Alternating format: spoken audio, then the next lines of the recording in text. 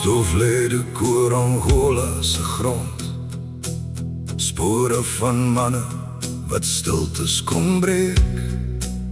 Je name tussen die voertuie gebly, Majoor-generaal Roland de Vries het die koers aangedryf. 61 meg het vorentoe gestaan, met vuur en beweeg deur die rook aangegaan. Nie vir roem, nie vir eer, maar vir die man langs jou, keer op keer. Majoor-generaal Roland de Vries, jou nalatenskap leef, waar die kanonne en ratels deur stofwolke sweef. 61 meg, die gees bly staan, deur vuur en staal het julle vorentoe gegaan.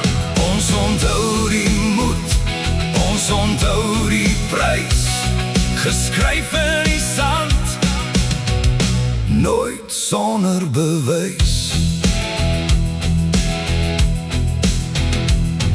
By Lomba het die donder weer gebars.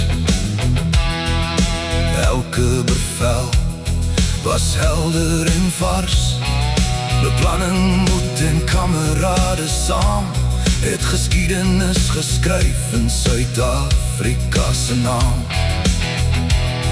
Verliese het harte vir altyd geraak, maar die gees van die manne het nooit verswak.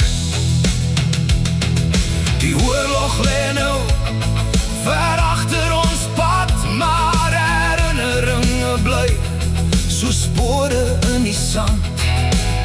Ons seer die diens, die offers van toe, en kyk met hoop na môre se nuwe uur. Majoor-generaal Roland de Vries, jou nalatenskap leef in elke storie wat hou, soldaat nog gee.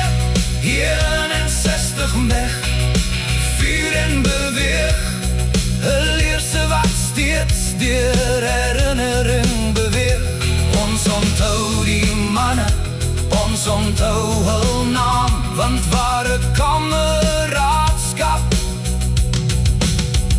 sal vir altyd bly bestaan.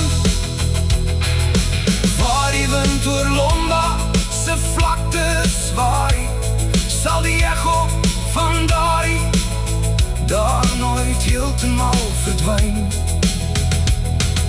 61 meg, vir altyd onthou.